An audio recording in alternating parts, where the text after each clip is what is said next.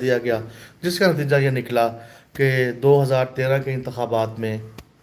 جو ایک وعدہ کیا گیا تھا کہ بہاولپور صوبے کو بحال کیا جائے گا اور اس کے ساتھ ساتھ جنوبی پنجاب صوبہ بھی بنایا جائے گا، تو وہ سارے وعدے پھر جھوٹ ثابت ہوئے۔ یہاں پر ایک بار پھر عوام دھوکہ کھا گئے، اور ہمیں اس بات کا پورا یقین ہو گیا کہ جتنے بھی سیاستدان ہیں یہ اسمبلی کے فلور پہ جا کے بڑی سیاسی جماعتوں کی جو ایک انٹرنل پولیٹکس گیم ہوتی ہے اپنا پارلیمنٹ کے اندر، اس میں دب جاتے ہیں اور نمک کی کان میں نمک ہو جاتے ہیں اور بہاولپور صوبے کے ایشو کو پس پش ڈال دیتے ہیں۔ پھر ہم دیکھتے ہیں 2018 کا الیکشن، تحریک انصاف جو ہے وہ یہاں پہ آتی ہے، جنوبی پنجاب صوبہ محاذ کے نام سے ایک تنظیم بنائی جاتی ہے، اور جتنے بھی ساؤتھ پنجاب،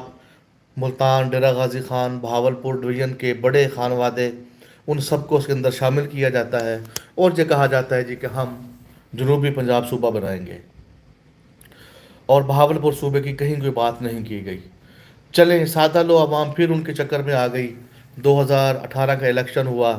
جنوبی پنجاب صوبہ محاذ جو تھا وہ اسمبلیوں میں جا کے وزارتوں، ذاتی مفادات، فیکٹریوں، شوگر ملوں اور اس طرح کی پھر لالچ میں پڑ گیا، اور آج 2023 جو ہے وہ ختم ہو چکا، اور 2024 کا الیکشن جو ہے وہ ہمارے سر پر ہے، اور ہم یہ دیکھ رہے ہیں کہ 1970 سے لے کے اب تک جتنے بھی الیکشنز ہوئے، جس انتخابات میں بہاولپور صوبے کی یا جنوبی پنجاب صوبے کی بات کی گئی، وہ ساری کے ساری غلط ثابت ہوئی۔ سیاستدانوں نے جھوٹ بولا، عوام کو دھوکہ دیا، اور اسمبلیوں میں جا کر اپنے ذاتی مفادات، وزارتیں اور اس طرح کے معاملات کرتے رہے۔ تو اب ہمارے وہ دوست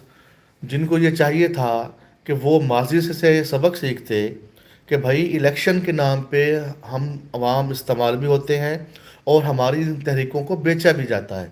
تو اب وہ لوگ اپنی ذاتی حیثیت میں جو الیکشن لڑ رہے ہیں، وہ الیکشن کیا ان کو کچھ دے گا؟ بالکل نہیں دے گا۔ اور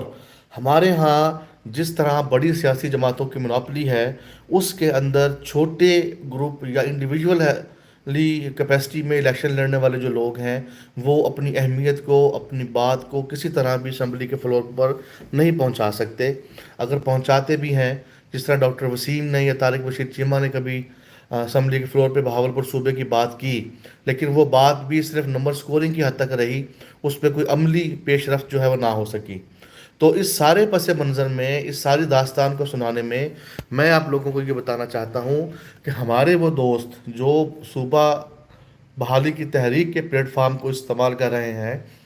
اپنے آمدہ الیکشن کے لیے، تو وہ اس تحریک کے ساتھ زیادتی کر رہے ہیں۔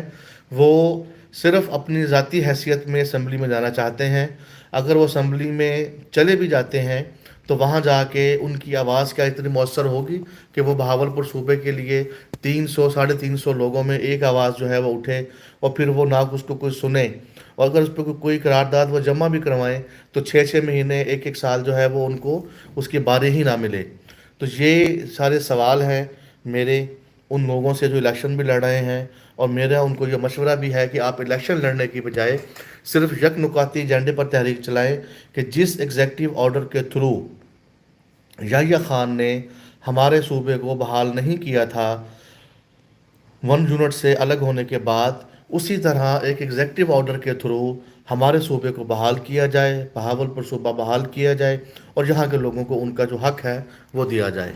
تو یہ ہماری آج کی گفتگو کا ماخذ تھا، مرکز تھا جو میں نے آپ کو دیا۔ تو کوشش کریں کہ جہاں بھی آپ بیٹھیں اس بات کو یقینی بنائیں کہ بہاولپور صوبہ بحال کیا جائے اور ایگزیکٹو آرڈر کے تھرو کیا جائے۔ بہت شکریہ۔